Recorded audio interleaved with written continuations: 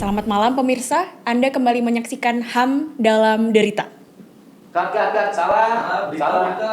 Berita ya? Oke, berita. Ya. Selamat malam pemirsa, Anda kembali menyaksikan HAM dalam Berita. Rangkuman peristiwa hak asasi manusia sepanjang tahun 2025. Tahun yang gimana ya Pak Firdian? Kalau diibaratkan cuaca mungkin bukan cuma mendung tapi sudah halilintar, geledek, dor, dan bahkan badai. Semuanya jadi satu. Jujur, badai banget emang. Bahkan saking berantakannya cuaca, Bu Filsa. Aplikasi BMKG pun mungkin bingung ya, mau ngasih peringatan apa. Udah mah dipotong anggarannya jadi bingung juga dia ngasih peringatan apa. Makanya dari perspektif HAM, ini kayaknya tahun yang sangat kelam. Iya, sepanjang tahun kita menyaksikan berbagai kejadian yang menguji demokrasi, akal sehat, dan kadang-kadang kesabaran kita juga nih. Bener Selalu kan? sabar, pahala terus mengalir. Iya, jadi sebagai pembawa berita yang baik, kita akan menyampaikan semua rangkaiannya secara objektif, runut, tapi mungkin agak komedi juga ya. Ya, gitu. cobain komedi lah ya. Benar, supaya nggak stres-stres banget. Kalau terlalu serius gitu, kita bukannya tercerahkan nih penontonnya, tapi malah ngasih job untuk psikolog gitu. Karena kliennya malah bertambah. Malah ngantri ya, Makanya, benar. Boleh Bu, tapi jokes humornya tipis-tipis aja. Soalnya kalau terlalu kocak, ntar kita ngambil tugas pejabat-pejabat kita lagi. Iya, benar. Bukannya emang nggak cukup ya Pak Firdian? Udah banyak jabatan yang dikasih ke anak sendiri, bener. menantu sendiri, ke yang Kan kalau kata iya kan, waduh. kan kata Pak Presiden titip 1-2 orang nggak apa-apa, kata Pak Presiden gitu. Iya makanya. Oke, mungkin kita bisa mulai saja berita ini dengan perkenalan. Kata orang tak kenal maka tak apa-apa juga, karena nggak ada yang memaksa Nggak ada gitu yang ya. memaksa juga. Tapi supaya pesannya sampai mungkin harus akrab sedikit. Halo semuanya sobat lingkungan, aku adalah Filza, juru kampanye laut Greenpeace Indonesia, dan ini adalah rekan saya. Halo, aku Firdian ya. Teman-teman sobat lingkungan, perwakilan generasi selanjutnya yang selalu kalian remehkan, dibilang stroberi, dibilang apatis, kufur nikmat ya. Tapi kami menerima dampak langsung dari kerusakan alam, moral, politik, dan birokrasi dari generasi-generasi sebelumnya yang tutup kuping terus kalau dikasih kritik sama generasi yang saat ini Gen Z gitu ya. Sampai kita ini ngomongnya kan. Sabar Pak Firdian, masih lama ini. Karena kita akan membahas peristiwa dari tahun 2025, dari bulan Januari sampai Desember. Jadi kita harus pelan-pelan, harus sabar, karena beritanya memang banyak yang membagongkan. Iya. Oke, mungkin kita bisa mulai dari Q1 dulu, Pak Firdian, dari bulan Januari dan Maret. Lalu nanti saya akan bahas dari Q2, April sampai Juni. Cap, bismillah, aman ya. Kita mulai dari Januari, Bu Filza. Ya. Bulan harapan yang langsung dipatahkan negara. Baru liburan langsung dibikin kecewa. TNI diterjunkan untuk mengamankan proyek Rempang Eco City. Padahal menurut koalisi masyarakat sipil seperti Imparsial, YLBHI, dan Kontras bilang kalau militer tidak boleh dipakai untuk menggusur warga. Oke, ini negara warganya baru healing dan tahun baru aja mulai tapi malah dibikin pusing. Iya itu dia. Masih di Januari, peneliti ICW Diki Anandia kena doxing setelah lembaganya kritik kebijakan pemerintah. Data pribadi, foto, ancaman keselamatannya disebar sampai ICW dan tim advokasi untuk demokrasi lapor ke Bareskrim. Mereka minta Polri mengusut bukan cuma pelaku lapangan tapi juga aktor intelektualnya, karena ini bentuk teror digital ke masyarakat sipil. Tapi percuma ya lapor polisi, nggak tahu juga sih ya. Iya. Lagi pula dikritik bukannya nyari solusi tapi malah nyari alamat. Waduh, bener nih kayak lagunya Ayu Ting Ting ya.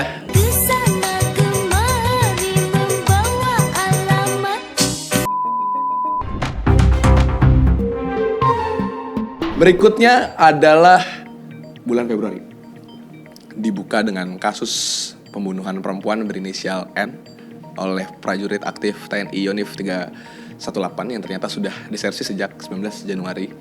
Kontras meminta sidang dilakukan di peradilan umum biar transparan, bukan di peradilan militer yang publiknya terbatas. Ini menambah daftar panjang kekerasan aparat ke warga sipil yang terus berulang tanpa reformasi yang nyata. Saking panjang daftarnya, jalan panjang pun bisa jadi kalah panjang gitu kayaknya. Waduh, jalan panjang, Mogot dan Mogot. Waduh, nggak jalan dong Mogot. Maaf ya, ini bapak-bapak banget ya manjang sih. Lanjut ke berita selanjutnya. Koalisi Masyarakat Sipil merilis peringatan penjahat HAM jadi pejabat setelah ex anggota tim Mawar masuk posisi strategis pemerintahan. Ini merujuk langsung ke kasus penculikan aktivis 1998 dan publik khawatir ini melemahkan reformasi sektor keamanan. Pasal 28 UUD 1945 bahkan mewajibkan negara menghormati hak asasi manusia. Tapi kok yang rekam jejaknya kelam malah dikasih kursi. Waduh, Pak Firdian, aku suka penasaran deh. Sebetulnya kenapa sih namanya tuh tim Mawar? Ya kan, Mawar kan harusnya bagus, bener juga ya. cantik, harum gitu ya. Iya sih Bu, tapi jangan lupa Mawar tuh kan ada durinya. Salah-salah kita kan bisa berdarah kan. Oh iya, bener juga. Nah, makanya itu jangan sembarangan kalau misalnya megang Mawar. Kenapa karena tuh? nggak semua Mawar bisa dipegang. Aduh, ini Contohnya aja dulu ada Mawar yang sekarang sih udah menjadi gajah. Oh, aduh. Tandanya gajah. sih suka pelin-pelan. Bener, 3 hari jadi ketua umum ya. Iya kan, Iya, nggak iya. bisa dipegang. Gak bisa dipegang, bener. Aksi mahasiswa bertajuk Indonesia Gelap memprotes revisi Undang-Undang TNI. Tapi Presiden Prabowo menuding aksi itu dibiayai koruptor yang dikejar hukum atau bahkan antek-antek asing katanya gitu. Tudingan ini memicu polemik karena dianggap mendelegitimasi suara kritis tanpa bukti terbuka, nggak pernah disebut siapa itu asing kan. Teman-teman langsung bilang beli chat aja kita pakai patungan masih bisa-bisa dibilang hitungnya koruptor kan. Iya, giliran kritik selalu dianggap bayaran. Tapi bener Pak Firdian, yang gratis biasanya cuma bansos kalau ada foto anaknya. Oh iya. Bansos kalau ada foto cucunya. Benar. Iya. Beras yang ditanggul juga itu ya. Oh gratis. iya, Benar. itu aja yang gratisan. Iya. Sisanya bayar. Betul. Bulan Maret ini jadi bulan paling gelap kayaknya nih, sobat lingkungan. Ada 1, 2, 3, buset pokoknya banyak banget peristiwa, 6 lah totalnya. Ini wajib konsentrasi penuh ya, sobat lingkungan. Oke, yang pertama di 16 Maret. Kontras dan Koalisi Masyarakat Sipil menggedor pintu rapat Panja RUU TNI di Hotel Fairmont. Woi, Anda mendorong. Teman-teman, bagaimana kita kemudian hari ini direpresif? Kami menjalankan fungsi pengawasan sebagai masyarakat sipil. Kami menolak adanya pembahasan di dalam. Kami menolak adanya fungsi APRI, teman-teman. Bapak Ibu yang terhormat, yang katanya ingin... Aksi ini bikin ricuh kecil lah ya dengan keamanan, tapi pesannya besar dan jelas. Legislasi jangan disusun di tempat yang lebih mahal dari gajinya rakyat. Gak bisa kita UMR di situ kan? Iya udah jelas. Lagi pula katanya lagi efisiensi anggaran. Tapi kok malah ke hotel bintang 5 sih? Atau bintang 6 ya itu? Iya. Iya. Kalau lagi hemat yang jelas dong. Jangan ke hotel. Camping aja camping. Bener, minimal ke warkop lah ya, gak usah di Iya. hotel gitu. Karena kita ngomong politik bisa di warkop. Kontras merilis pernyataan soal 2 kasus penembakan mati oleh polisi di Minahasa Tenggara dan Asahan. Mereka menyebut praktik pembunuhan di luar hukum ini terus berulang karena tidak ada evaluasi serius terhadap penggunaan senjata oleh aparat. Hak hidup dilanggar tanpa proses pengadilan dan publik hanya bisa baca berita tanpa tahu siapa yang bertanggung jawab. Kayaknya satu-satunya yang bener cepet di negeri ini tuh bukan penegakan hukumnya, tapi lupanya. Kalau urusan lupa emang gampang kita, soalnya lupain mantan memang agak susah ya. Oke, Mas, jangan curcol. Oh iya, Kita maaf, lagi maaf, bekerja. maaf. Betul. Iya. Maret juga jadi bulan disahkannya RUU TNI yang penuh kontroversi. Banyak pasal dinilai memperluas peran militer ke ranah sipil, sehingga batas sipil militer jadi makin kabur. Prosesnya cepat, tertutup, dan dikhawatirkan melahirkan berbagai pelanggaran HAM yang baru. Oke, aku inget deh ini pembahasannya. UU yang dibikinnya cepet banget kayak Indomie itu bukan? Indomie? Karena instan. Iya. Sorry, Tapi kelihatan umurnya. Indomie sama Wapres mirip-mirip ya. Iya, Instan. benar. Maret ditutup teror ke kantor Tempo. Paket berisi kepala babi dan 6 bangkai tikus ditunjukkan kepada jurnalis Francisca Christy Rosana. Aji bilang kondisi pers kita memang nggak baik-baik aja, bahkan mirip era gelap Orde Baru. Teror ini jelas upaya membungkam jurnalisme kritis yang memberitakan revisi UU TNI dan kebijakan pemerintah. Aku inget banget ini, Pak Firdian. Yang mana tuh? Ini bukannya ada pejabat pemerintah yang bilang udah sih masak aja. Nah, yang ngajuin mundur tapi nggak jadi itu ya. Iya benar. Walaupun sekarang udah jadi komisaris. Benar. Gitu. Iya. Udah dimasak aja. Kalau kepala babi Udah jadi bangkai, Pak. dimasak aja. Ada juga anggapan jadi April dibuka dengan aksi damai camping bareng warga di depan DPR yang dibubarkan aparat dengan alasan mengganggu estetika kota. Padahal itu bentuk penolakan rakyat terhadap RUU TNI yang dianggap mengembalikan dui fungsi militer. Aktivis bilang yang bikin kota jelek bukan tenda, tapi keputusan DPR yang nggak transparan. Aduh, dan RUU TNI itu kayak gini Mbak, Apaan maksudnya? bikin berantakan. Kasih gimmick ya Mas ya. Investigasi The Guardian mengungkap jenazah seorang ABK Indonesia disimpan 6 bulan dalam freezer kapal Cina karena kapten menolak berlabuh demi efisiensi biaya. Jenazah itu diletakkan berdampingan dengan hasil tangkapan ikan. Bayangin sobat lingkungan, manusia dianggap setara sarden. Astagfirullahaladzim. Kasus ini memperlihatkan brutalnya kerja paksa di kapal long haul yang sering melibatkan ABK Indonesia. Pada hari buruh 1 Mei, Taut melaporkan aparat kembali melakukan kekerasan dan kriminalisasi terhadap massa aksi. Buruh yang menuntut haknya justru dipukul, ditangkap, dan diseret ke mobil, sementara polisi membalikkan narasi seolah mereka yang memicu kerusuhan. Kontras merilis temuan investigasi yang menunjukkan pihak aparat adalah pelaku utama kekerasan. Nah, ini masih nyambung dengan sebelumnya sih.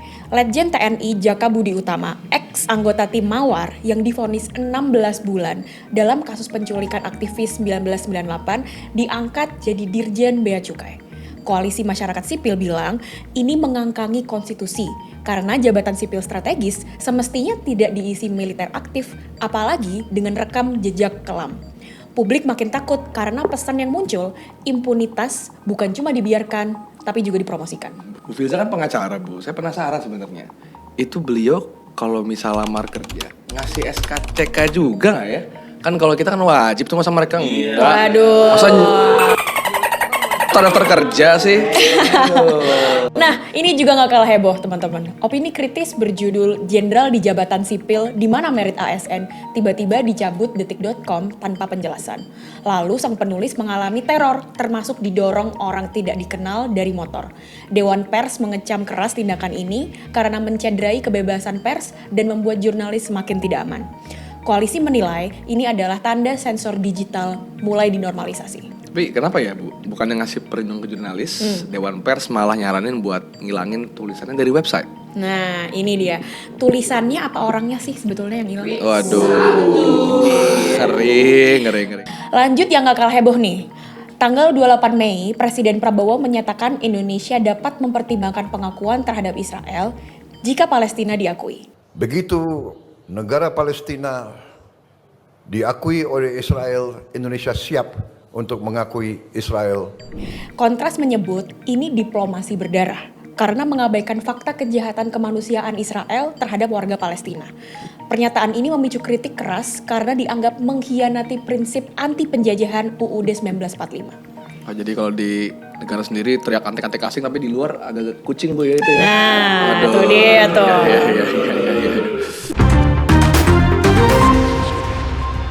Fadlizon bilang kekerasan seksual pada kerusuhan 98 tidak ada bukti dan hanya rumor, langsung bikin publik marah. LBH Apik dan Kontras mengecam pernyataan itu sebagai reviktimisasi terhadap penyintas, terutama perempuan Tionghoa. Padahal TGPF 98 sudah menemukan banyak bukti dan kesaksian. Korbannya masih trauma, negara malah nyuruh lupa ya. Aduh. Kacau. Teman-teman, ada juga isu yang lain. Abral Wandikbo ditemukan tewas dengan tangan terikat setelah ditangkap aparat TNI di Yuguru, Enduga. Amnesty dan Kontras menduga kuat ada pelanggaran HAM karena kasusnya serupa dengan pola kekerasan militeristik di Papua yang sudah berlangsung selama bertahun-tahun. Kapus Pen TNI membela anggotanya, tapi publik menuntut penyelidikan secara transparan. Iya, ini Ctrl C, Ctrl V banget ya. Iya benar, Copy copy paste. Betul. Kegiatan retret di rumah singgah Desa Tangkil, Sukabumi dibubarkan paksa oleh kelompok intoleran dan aparat tidak melindungi jemaat. Kontras bilang ini bukti negara gagal menjamin kebebasan beragama sesuai dengan pasal 29 UUD 45. Impunitas kelompok intoleran seperti ini bikin warga minoritas semakin takut beribadah. Padahal ibadah kan kita nyari tenang. Jadinya tegang kalau begini kan. Bener banget. Repot juga. Gimana tuh? Iya. Juli dibuka dengan wacana revisi UU HAM yang katanya memulai dibahas Agustus. Tapi kontras mengingatkan Menteri HAM Natalius Pigai bahwa revisi tanpa melibatkan korban itu cuma kosmetik demokrasi, gimmick lah. Mereka minta revisi fokus pada masalah struktural kayak penguatan Komnas HAM, biar punya kekuatan hukum, bukan malah ngeblur peran negara. Di Kutai Kartanegara, 19 warga termasuk Pak Puji Friadi mengalami pemukulan brutal oleh diduga anggota Brimob Loa Ipuh Darat. Mereka awalnya datang untuk protes dan cari keadilan, malah jadi korban kekerasan. Kontras menuntut pertanggungjawaban karena pola dipukul dulu, klarifikasi belakangan ini udah terlalu sering. Iya. Padahal katanya Pak Puji itu cuma mau nanya, kenapa sih kok ada balok besar dan papan kayu di tengah jalan? Dia sih katanya khawatir itu akan membahayakan pengendara lainnya. Oke, betul. Kalau begitu sih apes bener ya Pak Puji dan kawan-kawan itu. Mereka datang dengan pikiran yang matang, tapi di sana malah dapat bogem mentah. Emang rumit. Sebelum demo skala nasional terjadi besar-besaran, bulan ini ada unjuk rasa besar-besaran di Pati. Dan sebesar-besarnya saya akan berbuat yang lebih baik. Terima kasih.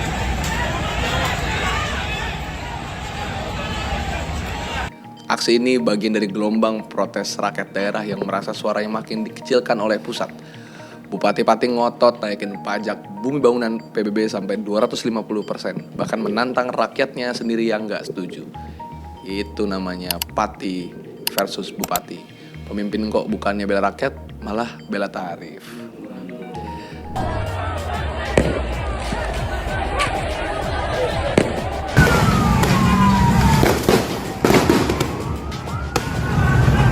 Setelah unjuk rasa di Pati dan berbagai daerah terjadi, kita menuju puncaknya pada 25 Agustus 2025 ketika demonstrasi nasional besar-besaran digelar yang akhirnya membawa tuntutan 17+8 tuntutan rakyat. Kontras merilis pernyataan bahwa aksi 25 Agustus adalah wujud nyata kekerasan negara. Final boss ini kekerasannya. Karena aparat kembali bertindak represif. Banyak warga luka, banyak suara dibungkam, dan tuntutan yang tidak dijawab. 12 orang meninggal gara-gara tes ini. Oke. Pak Firdian kan sebagai perwakilan Gen Z mungkin bisa cerita kali ya, sebetulnya apa sih yang dirasakan oleh mahasiswa dan pelajar-pelajar? Karena jujur aja banyak yang ditangkap itu lebih banyak dari kalangan pelajar dan mahasiswa gitu ya, dibandingkan sama yang lainnya. Bener banget. Jadi Mbak, aku tuh ikut aksinya bener-bener di tanggal 25, 26, 27, 28, 29 Agustus kecuali tanggal 30. Karena semua lampu tuh mati di Kuitang dan bahkan itulah penembakan terjadi. Nah, ketika di lapangan aku memang menyaksikan teman-teman pelajar itu, bahkan aku masih ada videonya gitu. Jadi bareng pelajar tuh ngevideoin. Nah, mereka memang datang bukan tanpa alasan yang berat. Mereka cuma ngelihat bahwa ini ibunya mereka di rumah tuh susah beli makan. Tapi mereka ngeliat pejabat tuh kok kaya raya terus gitu. Jadi di drive-nya dengan alasan sederhana. Makanya begitu sedih sih ketika dengar sekarang ada 1000-an orang ya yang tersangka. Bahkan terakhir aku sempat datang ke pengadilan negeri di Jakarta Utara. Nah, itu banyak pelajar yang masih harus di pengadilan, nggak punya lawyer bahkan.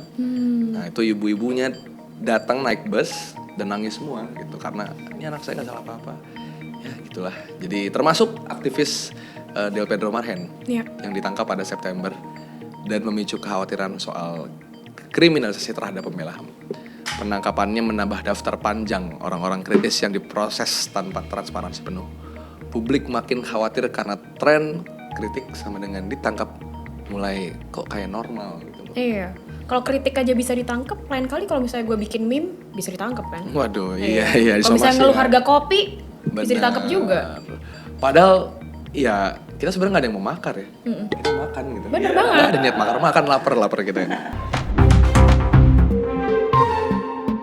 Oktober dimulai dengan kabar sedih dari Halmahera.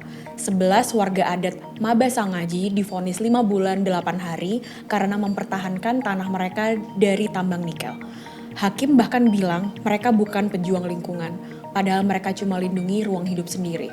Kontras menilai putusan ini bentuk kriminalisasi masyarakat adat demi industri ekstraktif.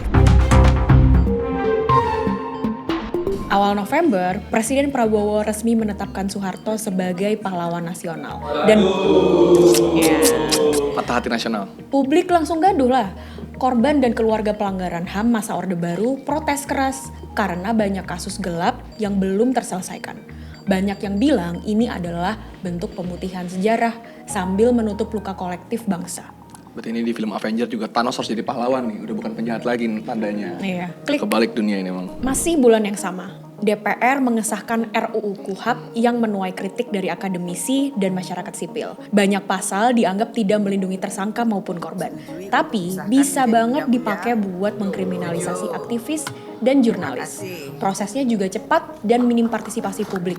Bikin publik makin was-was. Bahkan banyak klaim-klaim sepihak ya. Ada Del Pedro yang diklaim padahal Del Pedro lagi di penjara sama mereka-mereka. Makanya. Tapi diklaim dalam partisipasi. Asal banget tuh klaim. Anggota DPR akhirnya mendesak Komnas HAM dan Polri mengusut dugaan perdagangan orang terhadap ABK Indonesia di kapal asing KM Mus dan Runzeng 03. Banyak ABK diduga mengalami penyiksaan, kerja paksa sampai tidak diberi upah yang layak. Desakan ini muncul setelah keluarga korban ramai melapor dan meminta pertanggungjawaban negara. Menjelang akhir November, 2 kerangka di Kuitang akhirnya teridentifikasi sebagai Reno dan Farhan. Identifikasi ini adalah langkah awal penting untuk mencari penyebab kematian dan pihak yang bertanggung jawab. Publik berharap penyelidikannya berjalan transparan dan tanpa drama hilang bukti, seperti kasus-kasus yang sebelumnya. Ya, Amin. jangan sampai cuma jadi headline sebentar lalu hilang begitu saja ya. Iya. Desember dibuka dengan bencana ekologis di Sumatera yang melanda Aceh, Sumatera Utara, dan Sumatera Barat. Total korban meninggal mencapai 836 orang dan 509 orang hilang. Korban luka sekitar 2.600 orang dan lebih dari 1,5 juta orang mengungsi. Ini adalah data per 4 Desember 2025 pukul 10 pagi ini. Akan tetapi pemerintah daerah hingga pusat gagap menangani bencana ini. Bahkan pemerintahan Prabowo Gibran pun belum menetapkan ini sebagai darurat bencana nasional. Nyawa manusia hanya dianggap sebagai statistik, padahal 1 nyawa saja sudah menjadi tragedi. Dan kita melihat pejabat kita itu malah nilai empati ya. Bener banget. Kayak misalnya kepala BNPB mengatakan, ini mah nggak mencekam, cuman di medsos. Bener. Pas datang dia bilang, ya saya salah mencekam ternyata. Nangis-nangis. Iya, apalagi kira-kira statement aneh-aneh. Statement aneh. Mungkin ini bukan statement ya, tapi lebih kepada Gimmick ya, Gimmick. gimmick. Farel Bramasta datang menggunakan itu katanya dia. itu bukan vest militer, itu tactical vest. Tactical Tapi kok sempet ya vest. ngejahit nama Farel? Ada emailnya. Iya makanya, bukannya orang tuh kalau siap-siap siap-siap bawa beras, bawa apa? Benar. Dia ngomong apa penjahitnya? Pak, tolong jangan lupa ya, ini Farel. Iya. R-nya 2. Benar. Ya. Coba apalagi statement-statement aneh. Ini masih di partai yang sama nih ya. Jadi ada anaknya Zulhas, Zitanjani datang tuh Iya. ke lokasi. Terus dia dengan polos nanya, ini sungai ada kayunya itu, nggak mungkin ini alami. Ya kan bapak ente yang nebang ya. Iya. Kenapa dia nanya? Kurang akrab mungkin sama bapaknya nggak bisa nge-WA gitu ya. Yang dimarahin Harrison Ford bukannya bapak lu. Itu dia. Iya, makanya. Ada Bahlil. Oh iya. Nah, ini dia. Jadi dia lagi klarifikasi soal bensin nih. Ada kok, adanya letuk. Enggak ada kosong gitu. Dan itu pas lagi di ini ya? Lagi diwawancara. Emang kebanyakan bohong jadi lupa tempat dia. Tapi Starlink udah dengar soal Starlink? Belum gimana tuh? Kalau Starlink itu jadi Elon Musk udah bilang gratis di Indonesia. Tak tahu dipungliin katanya sih sama salah satu institusi aparat gitu penegak hukum ya. Waduh. Oknum ya.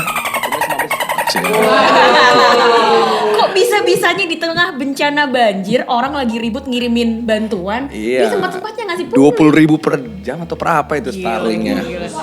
Iya, jadi Elon Musk bener. Pantes Elon Musk gak bikin pabrik di sini kan? Iya.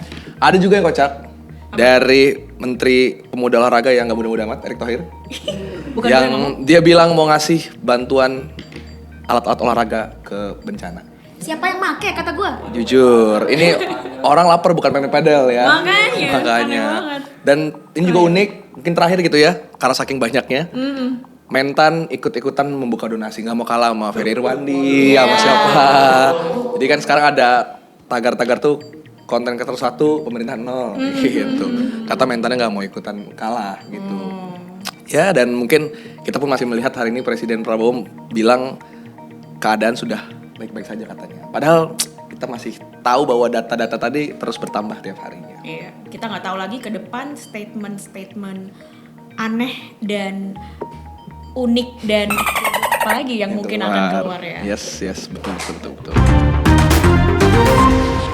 Sobat lingkungan, HAM di Indonesia memang mengalami stagnansi atau bahkan kemunduran. Greenpeace merangkum isu-isu HAM ini supaya membantu pemahaman masyarakat Indonesia. Tapi tetap dong, Bu Filza, kita harus membangun optimisme masyarakat. Masyarakat nggak boleh diam, kita harus saling bantu edukasi isu yang kompleks kayak gini. Nah, makanya Mas Firdian, pantengin aja konten-konten Greenpeace Indonesia biar makin paham isu-isu HAM yang seperti ini. Yes, ini juga jawaban juga nih buat yang sering nyinyir. Kenapa sih aktivis lingkungan kok bahas isu politik, isu HAM? Ya sederhana, karena keputusan politik menentukan segala sesuatu yang terjadi di hidup kita. Makanya perlu lawan juga politik. Bener banget. Oke, Sobat Lingkungan, sampai ketemu di konten-konten Greenpeace selanjutnya. Dan selamat mencintai Ibu Bumi.